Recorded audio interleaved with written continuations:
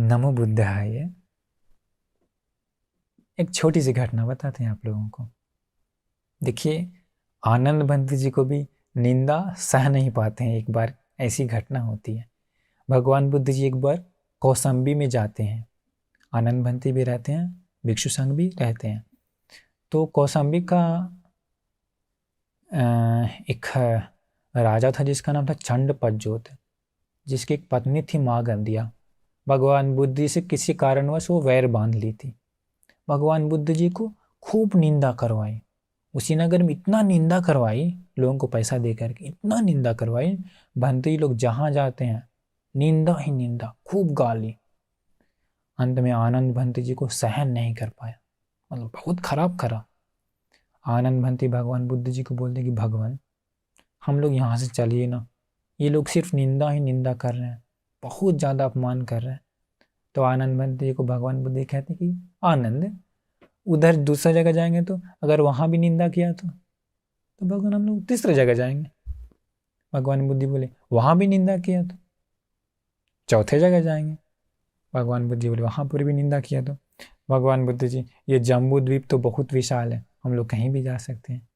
भगवान बुद्ध जी कहते हैं कि वैसा नहीं।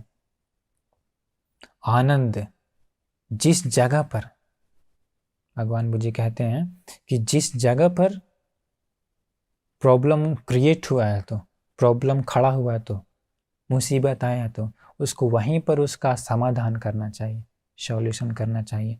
भागने से कोई लाभ नहीं है। आनंद, वो झूठी निंदा से कोई लाभ नहीं। वो झूठी निंदा जो करते हैं हम लोग के जीवन में, वो नहीं है, वो सचमुच में झूठ है, इससे कोई लाभ नहीं उसको। आनंद, मैं हस्तिराज के समान हूँ। आनंद, जिस प्रकार हाथी युद्ध में जाने के बाद हाथी को चारों तरफ से अटैक होता है, हाथी को तीर लगता है, भाला लगता है, अलग अलग बहुत सारे मतलब प्रहार आते हैं, क्या हाथी भाग जाता है युद्ध भूमि से? नहीं, हाथी सहन करता है, हाथी सहन करता है। आनंद, मैं हाथी के समान इन बुरे वचनों को मैं सहन करता हूं, मेरे पास सहनशीलता है पर्वत के समान, हाथी के समान। इसलिए आनंद, भागने से कोई लाभ नहीं है। भगवान बुद्ध जी इसका सुंदर गाथा बताते हैं, देखिए कितना सुंदर है। दंतं नयन्ति समितिं, दंतं राजाभिरुहति, दंतो सेट्ठो मनुष्येषु, योति वाक्यं तितिक्षति। अर्थात इसका अर्थ है क्या? दंतं नयन्ति समिति, जो कोई हाथी अगर सुधारा हुआ है तो, जो कोई जंगली हाथी नहीं, हाथी जंगल से आता तो क्या सुधरा हुआ रहता है? नहीं। अगर हाथी सुधारा हुआ है तो क्या हो सकता है? हाथी अगर सुधारा हुआ है तभी हाथी पर बैठ करके हाथी को सड़क से लेके जाया जा सकता है। अगर हाथी दमन है तो, हाथी दमन नहीं तो क्या होगा? आदमी लोग को मारेगा, घर तोड़ेगा, ये करेगा। सुधरा हुआ है तो हाथी पर बैठ करके भी आराम से जा सकता है। भगवान बुद्ध जी कहते हैं कि राजा लोग भी वैसा ही सुधरा हुआ हाथी के पीठ पर ही बैठ करके जाता है, वैसे हाथी पर ही सवार होकर के जाता है, सुधरा हुआ लोगों के पर ही। भगवान बुद्ध जी कहते हैं उसी प्रकार दंतो सेठो मनुष्येषु योति वाक्यं तितिक्षति।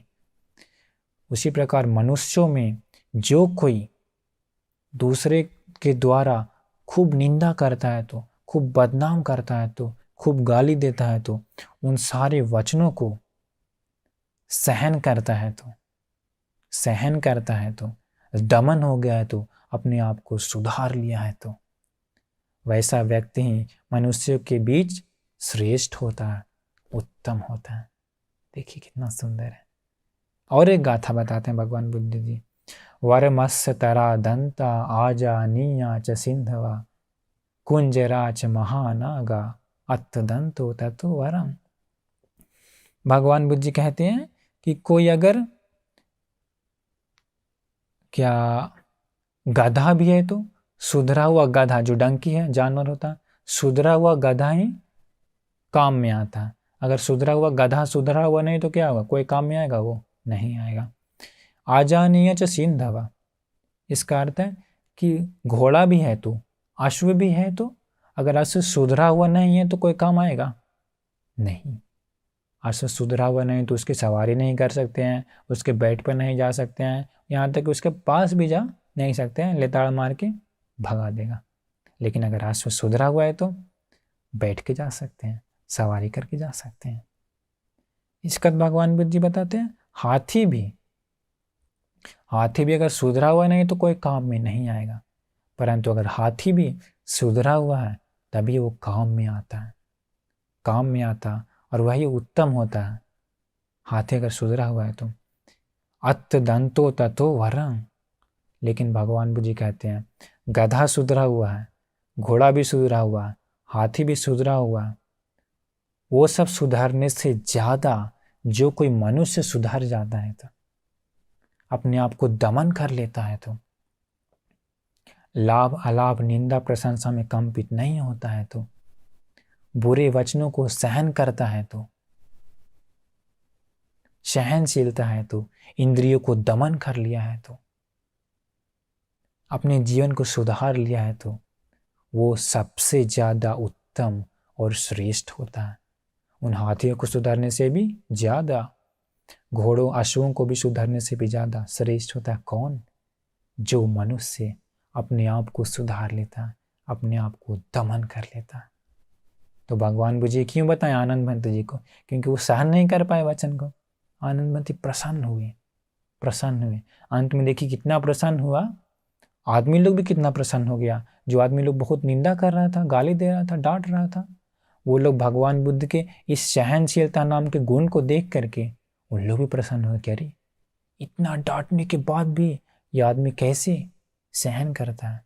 उन लोग भी प्रसन्न हो गए, डांटने वाले लोग भी, उनका इसी गुण पर, कौन से गुण पर? डांटने के बाद भी कंपन नहीं हुए, प्रसन्न होकर के वो लोग भी भगवान बुद्ध से प्रवचन सुना। जो डांटने वाले लोग भगवान बुद्ध से प्रवचन सुना, उन लोगों का उद्धार हुआ। तो देखिए ये दूसरों के वचनों को सहने का कितना लाभ है। निंदा को सहने से कितना लाभ होता है। इसलिए आप लोग भी इस कारण को अपने जीवन में उतारिए। दूसरों के कठोर वचन को सहने के लिए कोशिश करिए, प्रैक्टिस करिए। धीरे धीरे आप भी बड़ा ही मजबूत हो जाएंगे, हाथी की तरह। हाथी दूसरे के युद्ध भूमि प्रहार को खूब सहता है। आप भी सहिए, आप भी मजबूत इंसान बन जाएंगे और आपका भी कल्याण होगा। इसलिए भगवान बुद्ध जी की इस छोटी से ज्ञान से आप अपने जीवन में लेकर के इसको अमल करिए। आपका सदा कल्याण ही होगा, मंगल ही होगा। नमो बुद्धाय।